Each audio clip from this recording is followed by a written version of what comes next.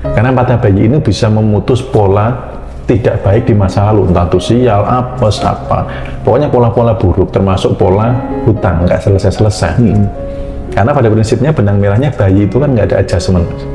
Nggak ada berat, besar, tinggi, susah, sulit, sakit. Itu bayi nggak merasakan itu. Cara memantaskan itu banyak cara sih Mas. Jadi memang membayangkan dulu sudah di posisi kaya gitu.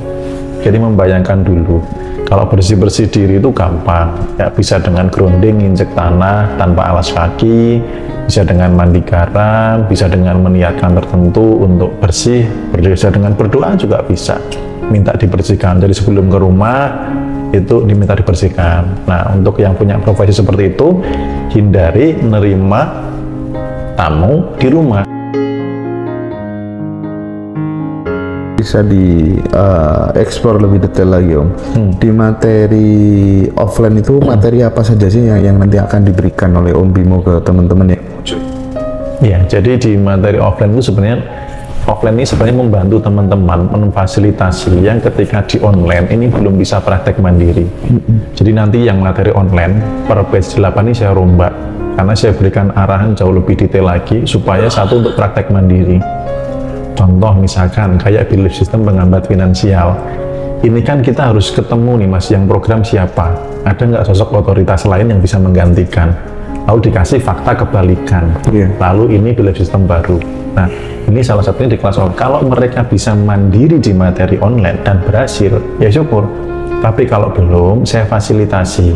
Mari ketemu di offline, saya pandu. Gitu. Tapi kalau yang belum, bisa melakukan sendiri. Kemudian contoh lagi evaluasi dari saya dari 1 sampai batch 7 di bagian materi ketetapan hukum semesta yang saya dicintai semesta, saya dilayani semesta, semesta infinity dan lain sebagainya, itu sebagai dasar untuk menarik keajaiban itu ternyata belum dalam nancapnya di bawah sadar.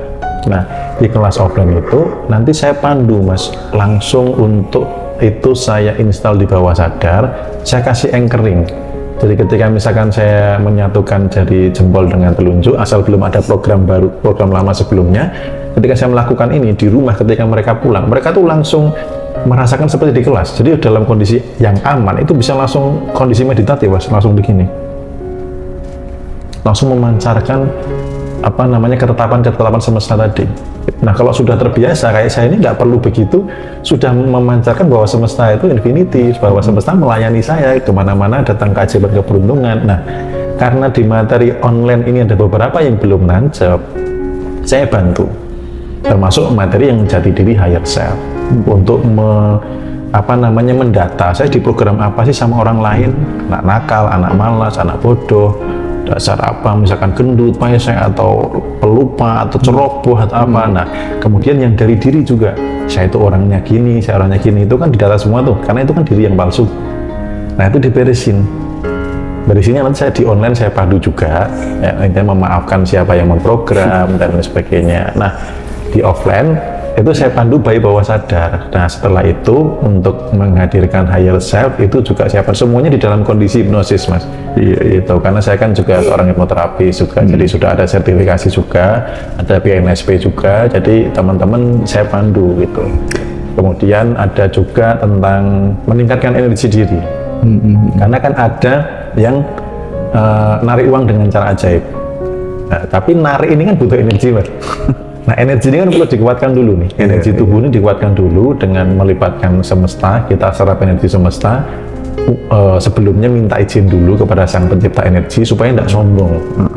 Jadi ketika dapat energi ini karenanya gitu loh. Nah, akhirnya apa? Dipakai buat narik uang. Jadi nyium uangnya saya ajarin, ngelus-ngelus uangnya saya ajarin, ngomongnya saya ajarin, sampai bergetar, sampai yang itu bisa dilakukan di rumah juga gitu. Jadi semua yang di offline itu nantinya bisa dilakukan mandiri di rumah. Nah, tinggal teman-teman nih ngulang-ngulangnya. Kalau misalkan nanti ada yang kelupaan atau semangatnya loyo, saya menyediakan gathering. Alumni-alumni saya kumpulkan, yuk kumpul, dapat keajaiban apa, butuh pendalaman materi apa. Nah, kemarin di Jogja Mas, itu ketemu, mereka pengen request diperdalam tentang teknik mata bayi. Karena mata bayi ini bisa memutus pola tidak baik di masa lalu, entah itu sial, apes, apa. Pokoknya pola-pola buruk, termasuk pola hutang, nggak selesai-selesai. Karena pada prinsipnya benang merahnya bayi itu kan nggak ada adjustment, nggak ada berat, besar, tinggi, susah, sulit, sakit. Itu bayi nggak merasakan itu, belum tahu itu gitu. Jadi ketika dikembalikan ada sebuah peristiwa, disuguhkan dengan teknik mata bayi sampai pada ini apa ya? Sebentar, ini apa ya? Sampai dia tidak mengenali apa itu, dia di titik yang kosong. Nah, setelah kosongnya ada dua pilihan. Satu, menunggu petunjuk intuisi. Yang kedua, diprogram kebalikannya, positifnya. Jadi mata bayi ini ketika orang ada problem atau apa, bisa diulang di rumah, dilihat aja. Kayak ada orang nyebelin, saya lihat aja. Ini apa? Sampai perasaan itu menjadi netral, kosong. Nggak ada adjustment. Kan bayi nggak ada adjustment, Mas. Iya. Bahkan dia ngeliat ibunya aja, Netral. Ini apa ya? Lihat tembok aja, ini apa ya? Nah, kemarin pas di gathering Jogja, mereka minta diperdalam. Gimana sih benang merahnya mata bayi kok kayaknya simple? Ya memang simple, tapi dampaknya luar biasa. Tapi saya benar-benar mengalami fase yang sangat beruntung banget gitu ya. Belajar NLP dari Pak Mardigu, ya kan, vibrasi dari Om Bimo, kekuatan pikiran dari Mas Firman dan berbagai macam yang lainnya gitu. Jadi sekarang tuh jadi lebih pede banget gitu loh Om. Jadi dulu tuh saya mencapai 15 sumber penghasilan itu sesuatu yang mustahil. Sekarang aku pede Om. Dari 15 aku pengen ke 30 ini. Betul. Kan harus begitu memang ya. Iya, betul. Tak terbatas, tak boleh dibatasi gitu ya. Itu kemarin saya singgung bahwa circle dan sumber informasi. Mas itu sudah di dalam track, bener. Circle-nya nambah terus ya kan, sumber informasinya nambah terus. Ini testimoni real gitu. Jadi kalau disiplin melakukan itu, udah pencapaian masih luar biasa. Tinggal cek aja yang belum jadi apa-apa, circle-mu siapa. Ya bulan ini baca buku apa atau dapat ilmu apa, itu aja yang dikoreksi. Oke, siap. Nah,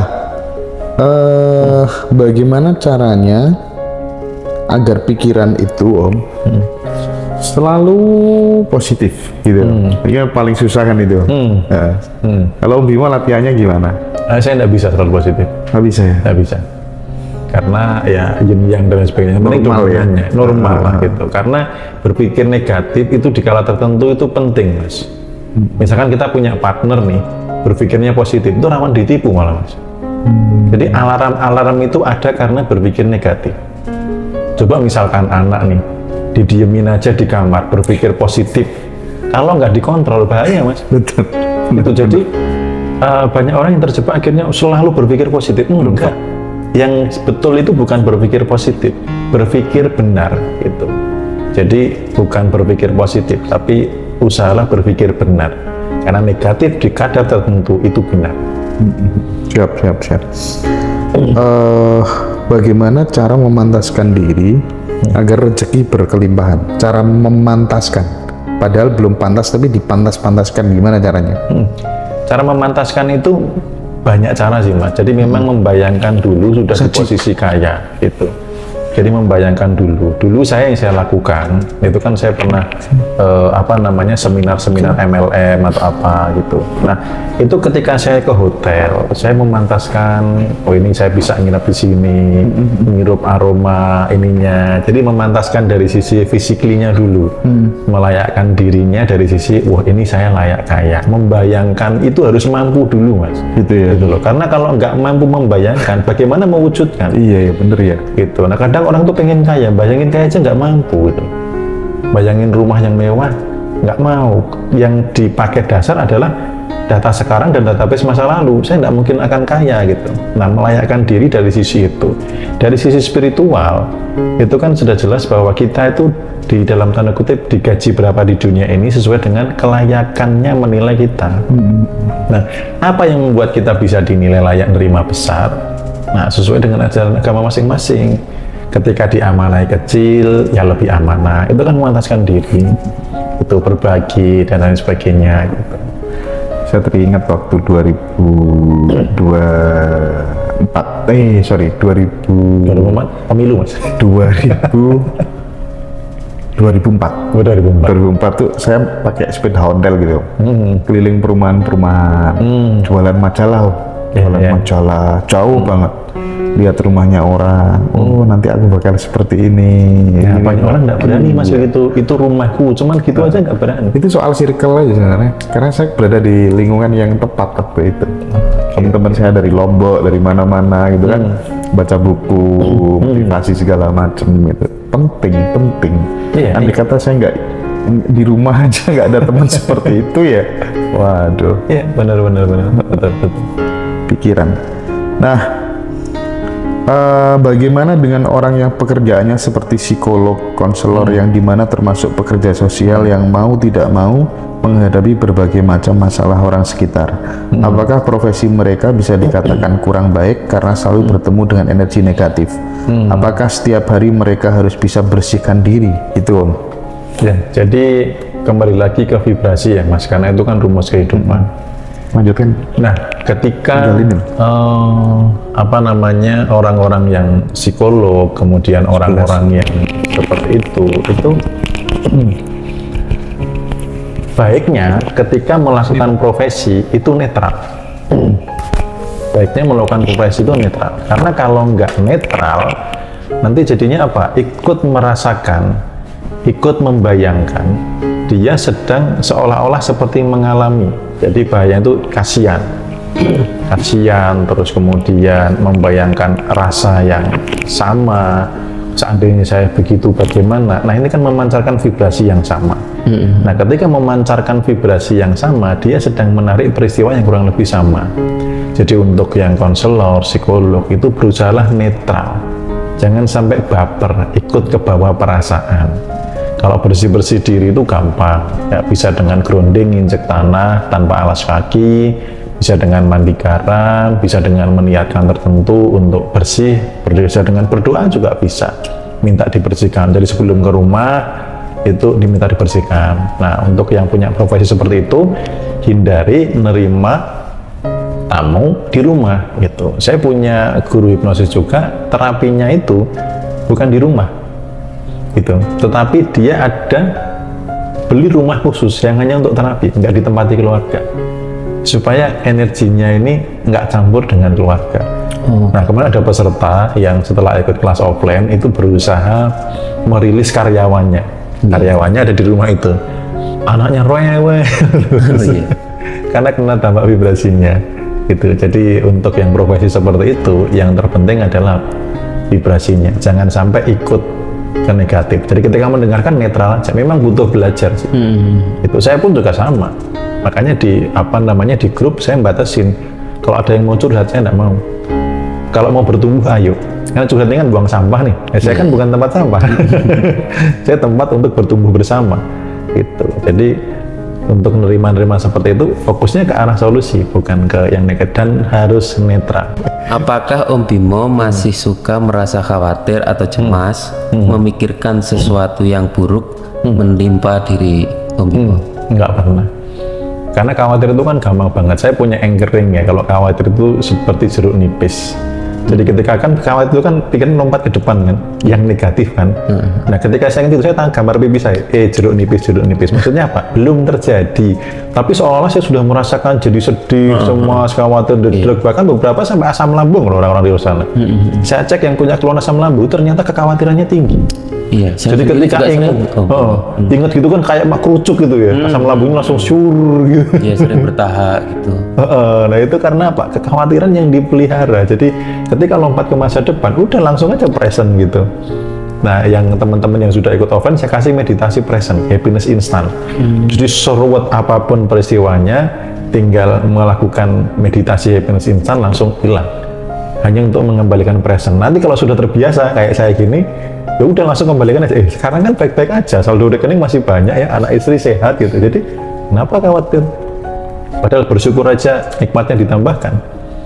Nah kadang orang yang khawatir itu nggak sadar, makanya kesadaran ini, belajar kesadaran itu sangat penting sekali. Orang yang khawatir kalau nggak sadar sedang khawatir, wah dia tersuara terus loh.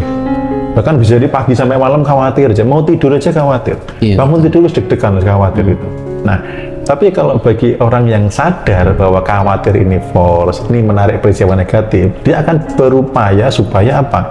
Gak khawatir. Caranya gimana? Oke, present itu apa? Mikir sekarang. Detik ini apa yang, coba misalkan Mas, detik ini apa yang membuat, apa yang peristiwa apa yang menjadikan tidak enak? Kan sekarang sehat, ya kan?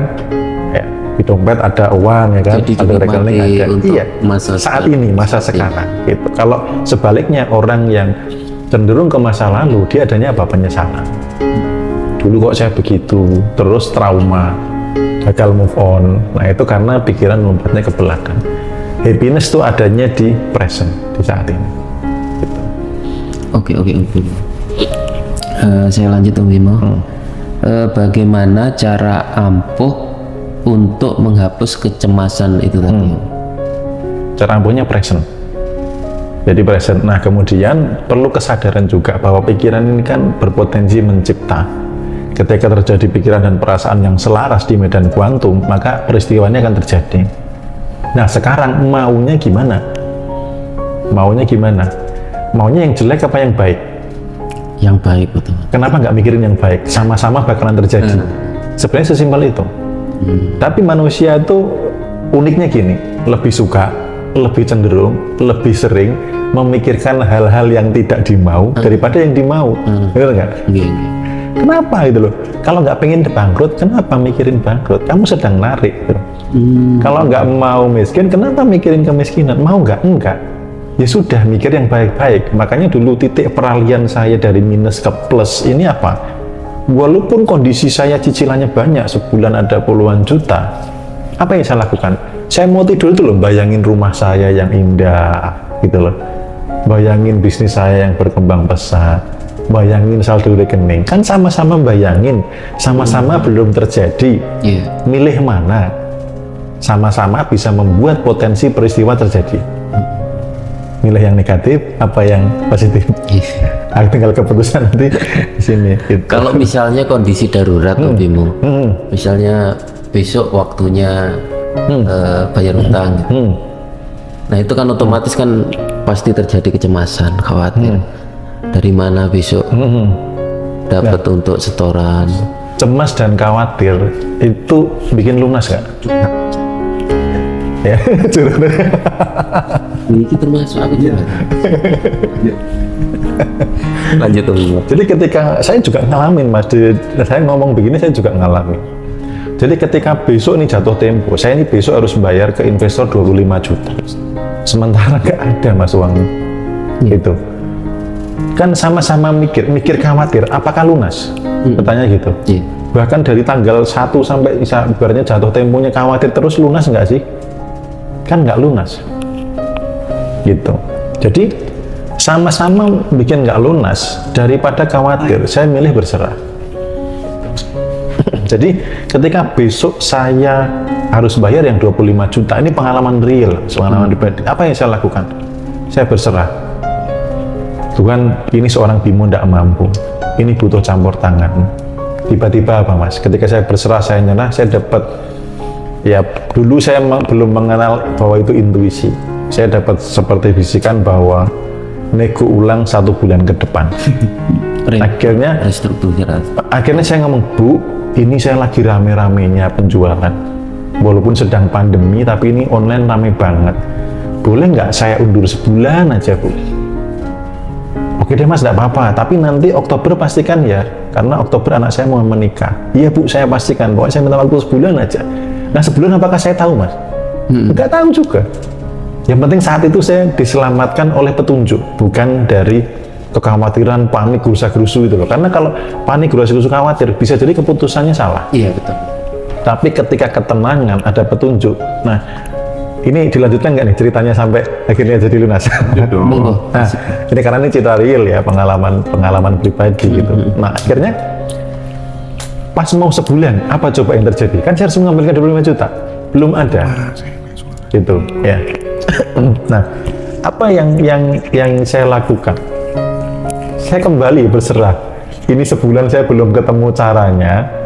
Bagaimana sebulan saya bisa dapat uangnya gitu? Apa yang saya lakukan? Yang saya lakukan adalah berserah lagi. Ini saya tidak sanggup, nggak ada cara lagi saya. Tiba-tiba Mas, Bapak nelpon. Nang, Le, gitu ya. Ini tadi ada petugas BRI nelpon yang kemarin bisa ditutup, tapi harus ngambil lebih banyak. Enggak apa-apa, Pak. Siap. Itu kejadian real. Di top up Real. ya? Di top up.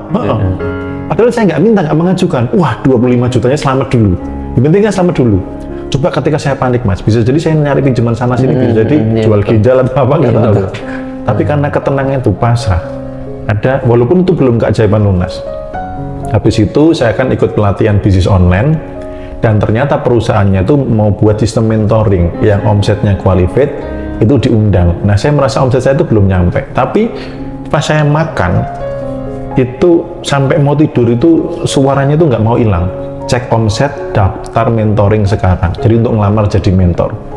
Akhirnya saya cek dari 2 platform Shopee dan Tokopedia, memenuhi syarat ternyata. Loh, ternyata omsetku cukup. Akhirnya saya daftar, bisa nggak Mas dari 2 toko? Oh bisa, yang penting toko dikelola sendiri. Oke.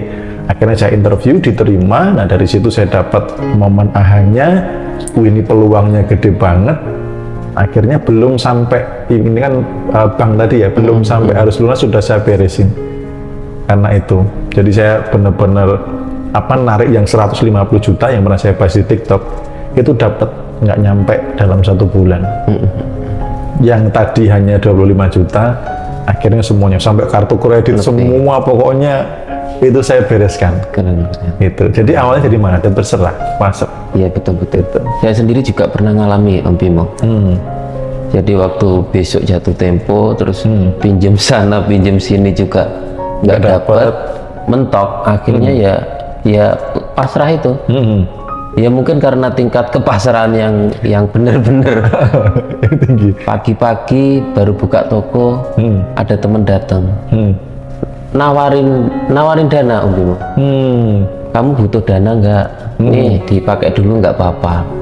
Nah itu kan termasuk keajaiban. Nah makanya itu kan sebenarnya berpola, Mas, keajaiban itu. Ketika apa? Sudah angkat tangan, sudah berserah total, nyerah. Total, iya. Nah bagaimana sekarang itu disetting di awal. Jadi dari awal melakukan sebuah karya, jangan sok jagoan. Oh iya. Gitu loh. Jadi dari awal ini Tuhan, kalau nggak karenamu saya nggak bisa menjadi hebat luar biasa. Dari awal ini ayo jalan bareng. Kalau aku capek, gendonglah aku. Tunjuki jalan yang bagus, permudah segala. Itu dari awal. Jangan dari awal sok jagoan, nanti menunggu detik-detik akhir lagi. Takabur. Jadi vibrasi yang masa-masa akhir tadi dipindah ke awal melakukan sebuah karya.